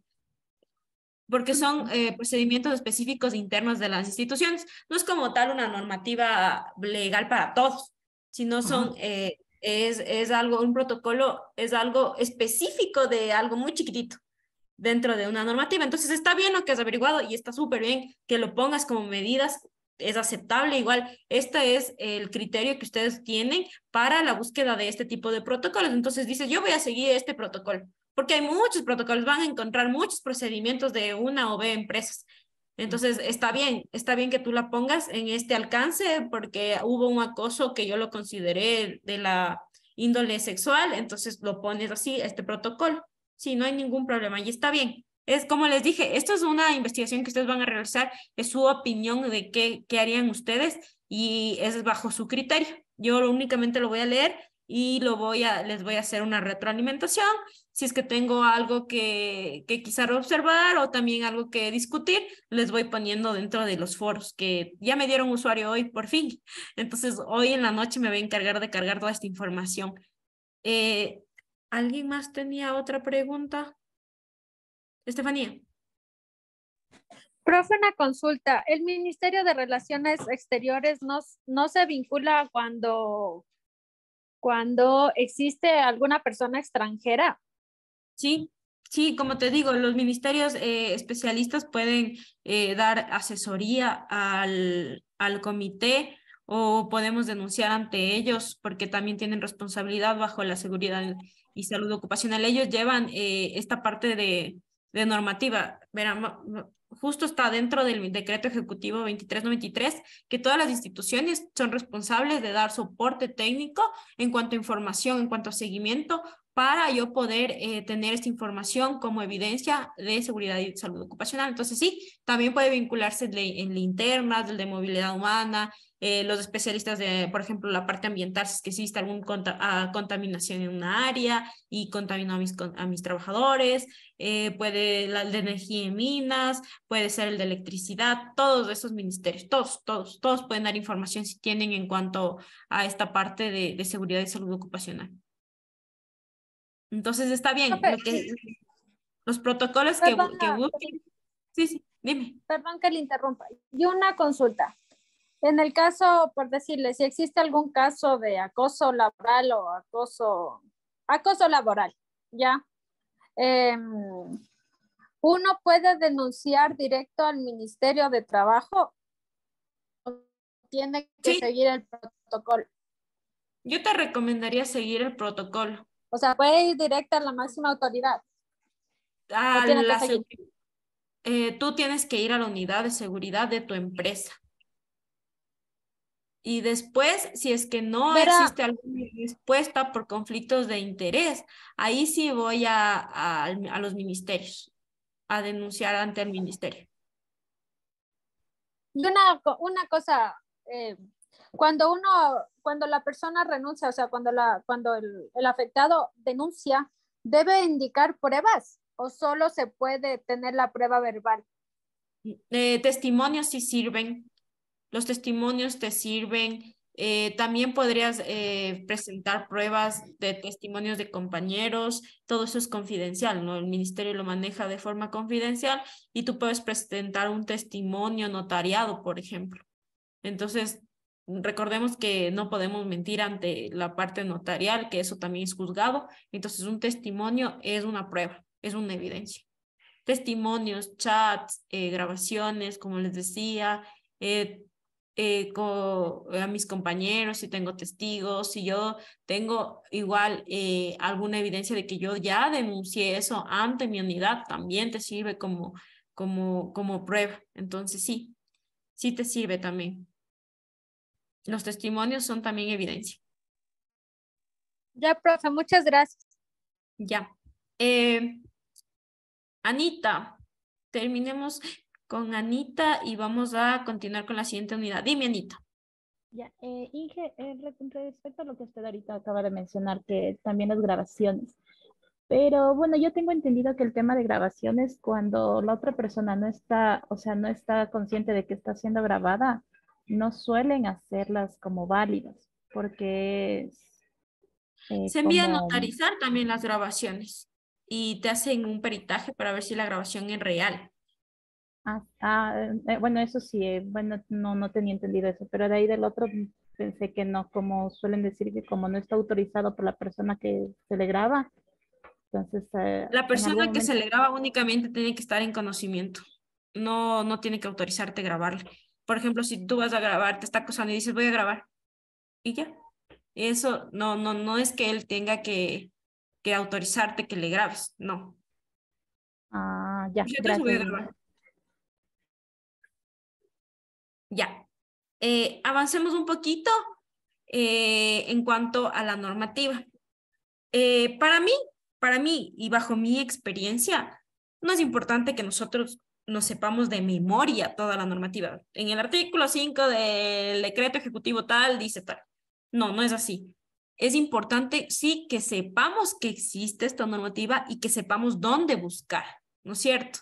Entonces yo tengo que conocer dónde busco, yo tengo que conocer que existe una normativa, yo tengo que conocer cómo buscar, qué contenido tiene esa normativa, qué alcance tiene esa normativa, qué objetivo tiene esa normativa, para yo poder guiarme y no deje esta parte de la normativa en cuanto a seguridad y salud ocupacional. Es muy técnica, no es algo únicamente de gestión, son personas expertas que deben realizar estas mediciones y yo como parte de talento humano sí debo conocer dónde está esta normativa. Entonces, la parte de salud ocupacional, por ejemplo, de médicos ocupacionales, son cosas muy específicas. La parte de medición de cargas laborales, todo eso son técnicas que se utilizan y eso hacen los expertos de seguridad. Eso no lo haría yo como parte de mi gestión de talento humano, ¿sí? Pero sí debo conocer dónde está la normativa. Creo que para nadie creo que se va a saber de memoria dónde está tal artículo, cuál artículo, sino yo debo saber dónde buscar. Entonces, eso vamos a ir viendo aquí en el contenido de esta unidad. Cómo se realiza la evaluación ecuatoriana de legislación. Qué dice el Código de Trabajo, que existe el Código de Salud y que hay la ley de cada industria en cuanto a la ley específica, no en cuanto a seguridad industrial. Entonces, ¿qué vamos a ver? dentro de mi legislación y dentro de la Constitución del Ecuador, tenemos establecida la parte de la pirámide de Kelsen. Entonces, ¿qué es la pirámide de Kelsen? Es aquella que nos va a dar toda la jerarquía de las normas, ¿no? Entonces, esto está ya establecido en la Constitución, que nos dice que primero la jerarquía está sobre toda la parte legislativa, la Constitución de la República del Ecuador. Como siguiente punto vamos a tener los acuerdos internacionales. Como tercer punto, los decretos ejecutivos. Como cuarto nivel vamos a tener los acuerdos ministeriales. Quinto nivel, acuerdos institucionales, que serían las leyes orgánicas y las leyes y los códigos orgánicos. Y como último punto de mi pirámide voy a tener los procedimientos internos de mi empresa, los procedimientos empresariales, los protocolos específicos para notificaciones y todo lo que ahí hablábamos, parte de mi empresa. ¿Ustedes ya tuvieron legislación laboral? ¿O todavía no les dan legislación laboral? No todavía. Profe. Ya. Pero esta es la pirámide de los niveles de legislación, de cómo se trata. Entonces, sobre la Constitución no hay nada. La Constitución es lo que se debe cumplir para todos. Después vamos a tener acuerdos internacionales que firma el país. Después los decretos ejecutivos, ministeriales, institucionales y empresariales. Así es la jerarquización de la normativa. Esto tenemos que tener muy claro. Entonces, como primera instancia, yo para buscar una legislación me voy a la Constitución primerito. Primerito veo qué dice la Constitución con respecto a esto. Después me voy a los acuerdos internacionales y así sucesivamente. Entonces, cada vez que yo bajo un peldaño va a ser más específico. Entonces, la Constitución es algo global. Los acuerdos ministeriales son algo globales. Imagínense, acuerdos internacionales, perdón, son cosas globales que el nombre lo dice para todo el mundo y todo país que se suscriba a ese acuerdo. Y después voy a ir desglosando dentro de mis leyes. Es más específico, más específico. Mientras más vamos bajando de la pirámide, más específica va a ser mi ley. Entonces, la parte empresarial ya son protocolos, procedimientos muy específicos, reglamentos súper específicos y que yo tengo que ir detallando para cumplir todo lo que está sobre mi pirámide. Entonces, yo para tener un procedimiento de mi empresa, primero reviso todos los peldaños de mi pirámide. Entonces, dentro de la Constitución de la República del Ecuador, en el artículo 326, dice que el derecho al trabajador se sustenta en los siguientes principios. Y en el numeral 5 dice, toda persona tendrá derecho a desarrollar sus labores en un ambiente adecuado y propicio que garantice su salud, integridad, seguridad, higiene y bienestar. Entonces, ya nos dice la Constitución aquí que yo como trabajador tengo derecho a laborar en un entorno saludable. Recordemos que la salud es el bienestar de un trabajador, la salud ocupacional es el bienestar de un trabajador en índole tanto físico como mental, que garantice que él realice su trabajo bajo este estado, garantizando este bienestar. Entonces, mi Constitución ya establece eso. Ya tenemos dentro de nuestra Constitución aquel artículo que ampara la seguridad y salud ocupacional dentro de mis labores. Entonces, ya dentro de mi Constitución, ya puedo yo ir desarrollando este artículo en los demás acuerdos internacionales, en mis demás decretos ejecutivos, en mis demás... este artículo me ampara para yo poder hacer más normativa detallada, ¿no? Después vamos al siguiente peldaño que tenemos la parte de los acuerdos internacionales. Entonces, ¿quién establece estos acuerdos internacionales? Hay un organismo internacional que regula todos estos o emite todos estos convenios internacionales y yo como país me voy suscribiendo a aquellos que yo considere que son aptos suscribirme, ¿no? Entonces, no sé si han escuchado de la OIT, es la Organización Internacional del Trabajo. Entonces, esta organización es quien emite estos convenios internacionales y yo como Ecuador, el representante que sería el presidente, me voy suscribiendo o ratificando aquellos de los que ya me había suscrito internacionales para yo cumplir en cuanto a materia de seguridad y salud ocupacional. La OIT es quien genera estos convenios internacionales. Ahí tenemos un sinnúmero de convenios internacionales. Dentro de los documentos que les voy a cargar en la plataforma, está uno que están todos los acuerdos, los links en los que ustedes pueden buscar todos los acuerdos a los que se ha suscrito internacionalmente en nuestro país. Después tenemos decretos ejecutivos.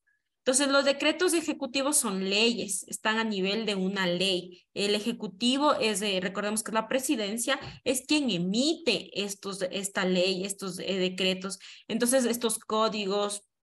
Entonces, específicamente vamos a conocer el decreto ejecutivo 2393, que es el reglamento de seguridad y salud y salud de los trabajadores y mejoramiento del medio ambiente de trabajo.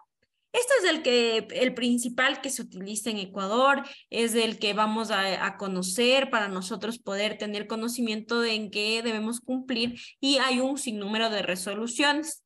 Pero específicamente hoy día vamos a tratar de avanzar en desarrollar qué tiene, qué contenido, qué puedo buscar dentro de este decreto ejecutivo.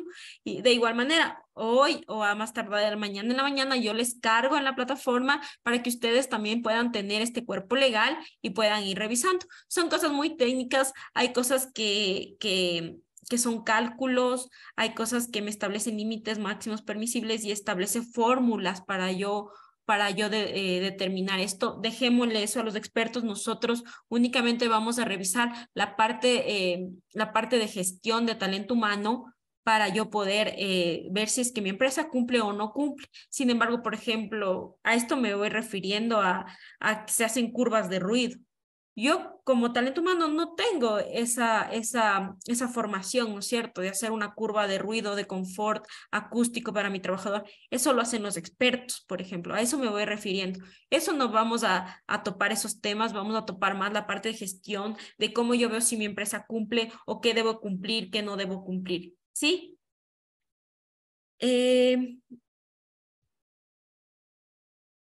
Más abajo del peldaño de la parte de decretos ejecutivos, tengo los acuerdos ministeriales.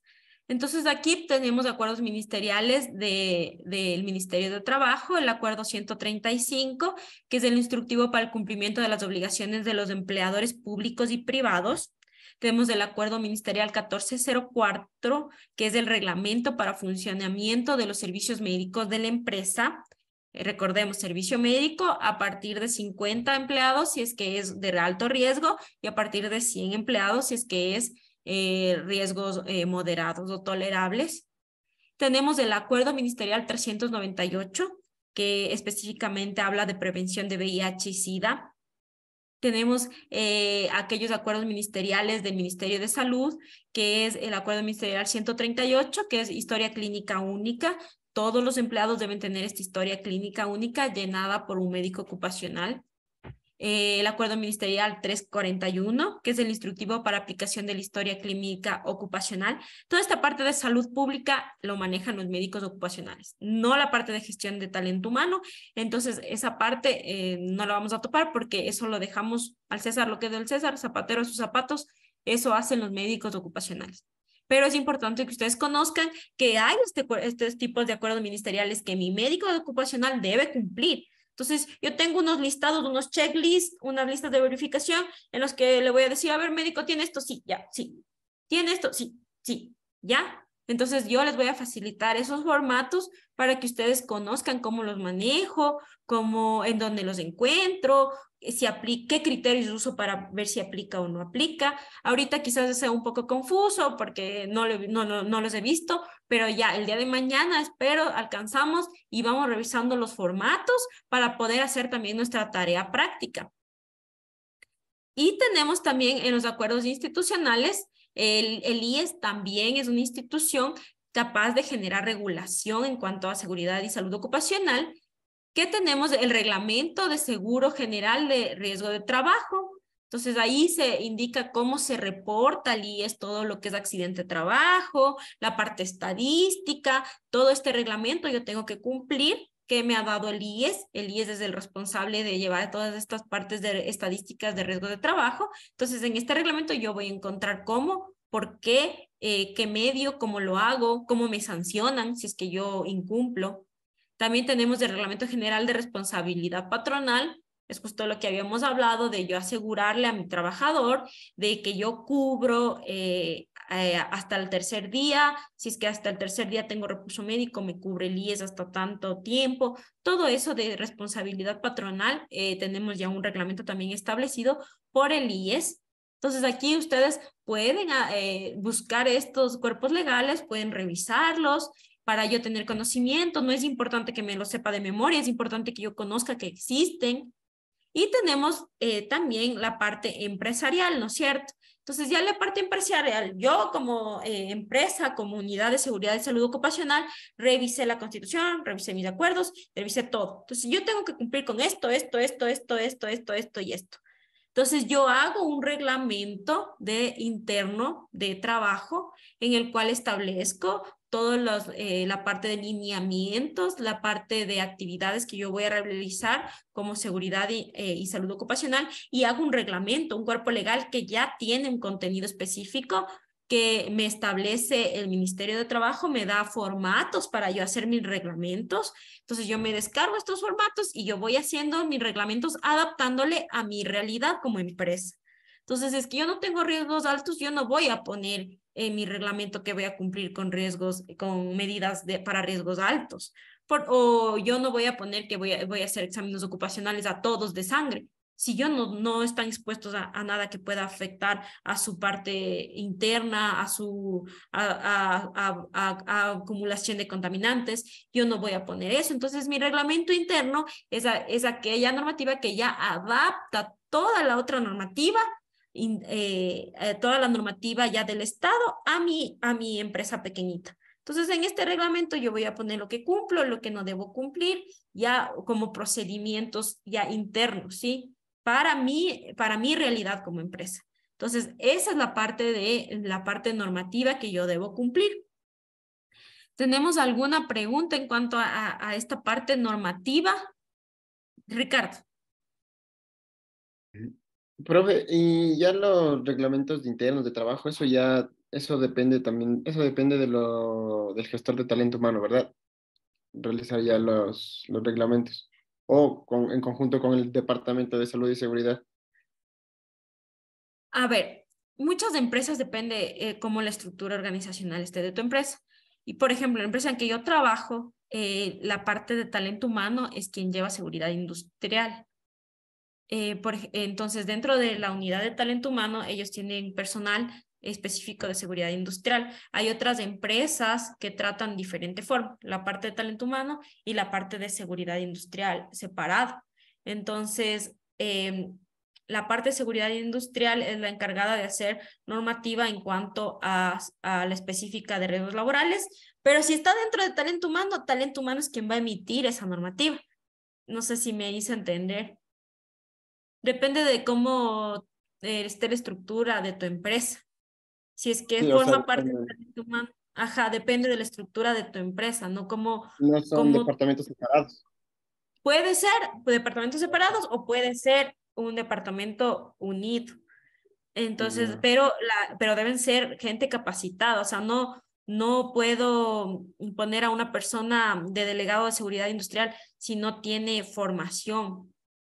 Sí, entonces puede pertenecer a talento humano o puede estar como una unidad independiente. Recordemos que si es que hay más de 100 trabajadores, debe ser una unidad dependiente. Entonces, ahí influye bastante la estructura que hayan puesto en la empresa, pero debe existir. O sea, donde esté en tu organización, donde esté, eso no importa. Si está abajo, arriba, no importa, pero tiene que existir. Si está dentro de talento humano, la normativa saldría por parte de talento humano. Pero el reglamento debe darse a partir de los 9, si yo tengo más de 9 trabajadores, yo tengo que hacer un reglamento interno con la estructura que me envía el Ministerio de Trabajo. Si tengo menos, únicamente hago buenas prácticas. Dime, Leonel.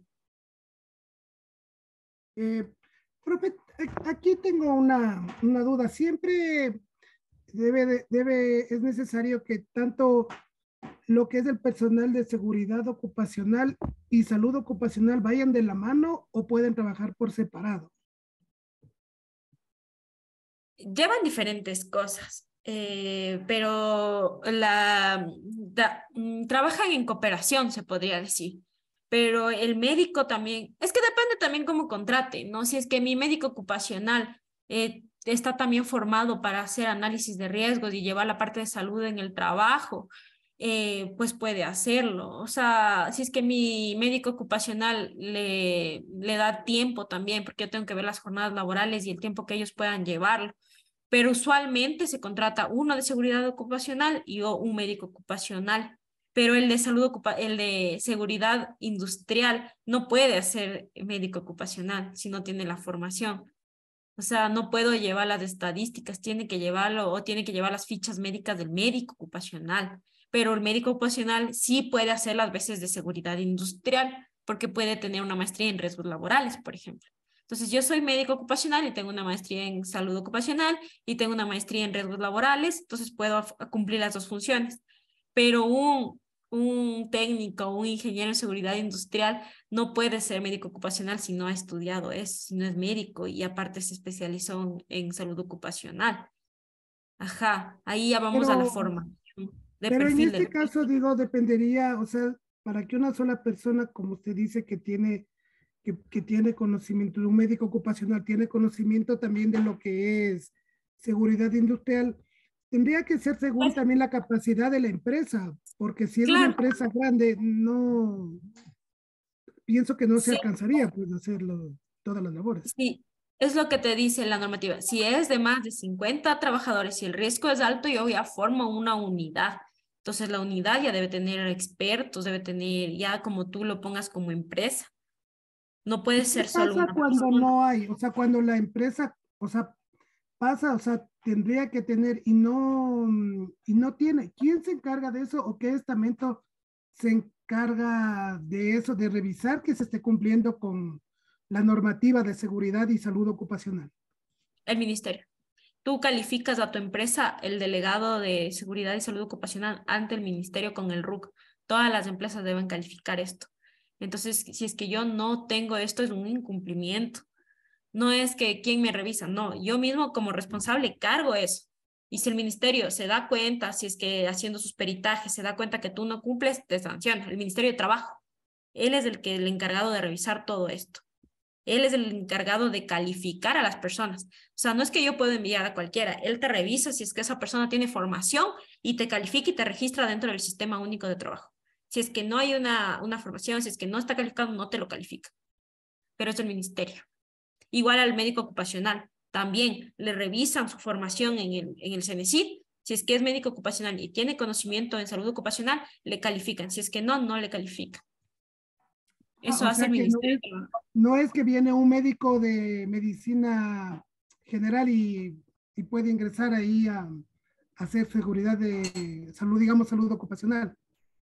Puedes demostrarlo si tiene experiencia y certificados laborales, porque la experiencia también recordemos que forma parte del perfil. Entonces, si este médico ocupacional ha trabajado 5 años en ya análisis de riesgos, en la parte ocupacional, puede también, pero no, creo que te piden más de 10 años. Es mejor contratar un médico ocupacional especializado en salud ocupacional. Ajá, sí te revisan eso. Experiencia y formación del médico y del representante delegado de seguridad y salud ocupación y seguridad industrial, digámosle, para que no confundamos. Una cosa es seguridad industrial y lo otro es medicina ocupacional. Creo que tenía más levantado la mano, perdón. A ver, vamos con Ricardo. Profe, una última preguntita. Cuando uno ya hace su reglamento interno de trabajo, ¿tiene que ir a algún tipo de revisión por parte de las autoridades públicas de eso, el ministerio y eso? Sí, sí. el ministerio es quien califica el reglamento y si tiene observaciones no te califica, no te aprueba el reglamento. Y tú cargas igual en el Sistema Único de Trabajo. Tú cargas tu reglamento, tu borrador. Primero, yo hago, ¿no es cierto? Como experto de talento humano, como experto de seguridad industrial. Hago el reglamento, lo revisan todas las que ameriten dentro de la empresa y lo firma mi representante legal, porque él es el que se compromete a a cumplir legalmente. Recordemos que eso le daba la atribución, sus atribuciones que están en el decreto ejecutivo 2393, él es el responsable de cumplir la parte legal. Entonces, yo ya apruebo mi reglamento interno, lo cargo en la página del SUT, que es del Ministerio de Trabajo, y después creo que tiene el SUT 31 días para revisar el Ministerio de Trabajo, no sé si son 15 o 31. El Ministerio de Trabajo te revisa ese reglamento, porque ellos ya te dan, tu reglamento debe tener esto, ellos ya te dan un formato. Y lo revisan y te aprueban el reglamento. Entonces, el encargado de aprobar el reglamento interno es del Ministerio de Trabajo. Me parece que había otra pregunta, Vanessa. Sí, Inge, en el caso de tener un accidente laboral, hacen la gestión y todo. Aquí también ingresa la parte de trabajo social para yo que sé, en el tema de, en el caso de que sea un operador. Entonces siempre hay la investigación y todo por el tema de que, yo qué sé, se rompió un brazo o se quemó la cara o ese tipo de cosas. ¿El trabajador social también tiene vínculo con este tema de salud y seguridad ocupacional? No. Me parece que la parte de bienestar social no está vinculado a la parte de seguridad industrial como tal, de riesgos laborales. Podría entrar un poco la parte en la parte de riesgos psicosociales, ¿no? Si a eso te refieres. Si bienestar social puede ingresar un poco en la parte de riesgos psicosociales, yo creería que si tienes un representante, sí podría, pero lo lleva el delegado.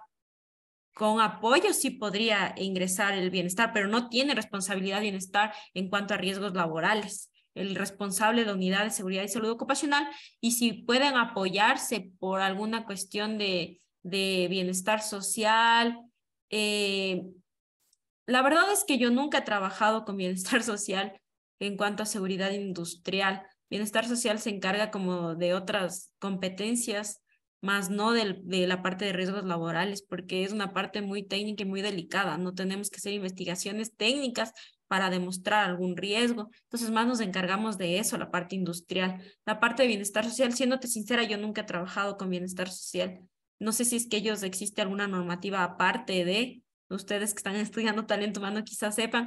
La parte de legislación de bienestar social yo no la he tratado en la parte de seguridad industrial, pero si sirven de apoyo, de apoyo para algún tipo de beneficio del trabajador, se puede trabajar. Pero siendo sincera, yo nunca he trabajado con bienestar social de una empresa. Gracias. Byron. Profe, buenas noches. Quería consultarle sobre la pirámide que estaba compartiendo. El tema de la LOCEP y el Código de Trabajo, ¿no entraría dentro de acuerdos ministeriales? O creo que le entendí mal en ese... No, lo que nos está diciendo esta presentación es que el reglamento interno está establecido como responsabilidad dentro de la LOCEP y del Código de Trabajo. O sea, en la LOCEP y el Código de Trabajo establecen que mi empresa debe tener reglamento interno de trabajo. Eso es lo que te está diciendo. No que la LOCEP y el Código de Trabajo sea una legislación empresarial, sino que ellos te dan la responsabilidad de hacer un reglamento interno. La LOCEP sería una ley. Sí, entonces eso entraría dentro de un decreto ejecutivo, igual que el Código de Trabajo. Ya, muchas gracias. Pero ellos son los que me ordenan que debo hacer un reglamento interno. A eso se refería a eso. Igual en el Código de Trabajo y en la LOCEP se establece que se debe mantener en condiciones seguras y saludables el entorno de mis trabajadores. Entonces, eso también es importante conocer, que dentro de esto de la LOCEP y el Código de Trabajo van a verlo en legislación laboral, por eso yo no me metí en ese tema, pero eso específicamente ya lo van a tratar en legislación laboral. Aquí vamos a tratar únicamente lo específico de seguridad industrial, que es lo que nos compete. Ya no tengo más manos levantadas. Ya, mejor, ya son las 8. Si es que tienen alguna otra pregunta, esto lo vamos a ver más a detalle el día de mañana. Y también mañana vamos a analizar, o les voy a enseñar cómo tienen que hacer el caso práctico que vamos a cargar hasta el día domingo en la plataforma.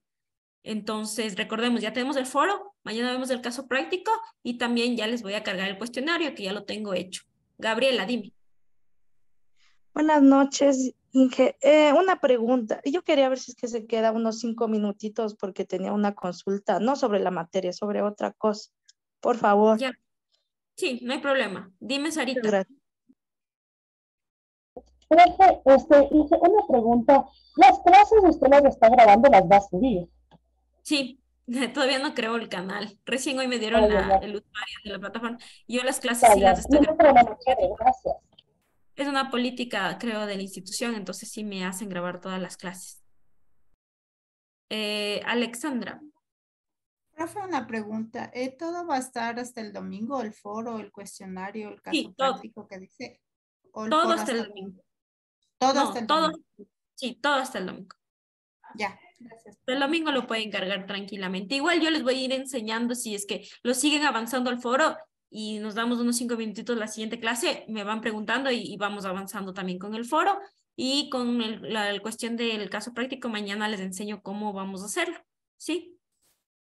Ya, creo que no tengo más preguntas, siendo las 8. Les agradezco a todos. Muchas gracias por su participación. Para mí es un gusto haber compartido esta clase con ustedes y nos vemos el día de mañana. Que tengan una buena noche. Gracias. Hasta mañana. Hasta mañana. Hasta mañana.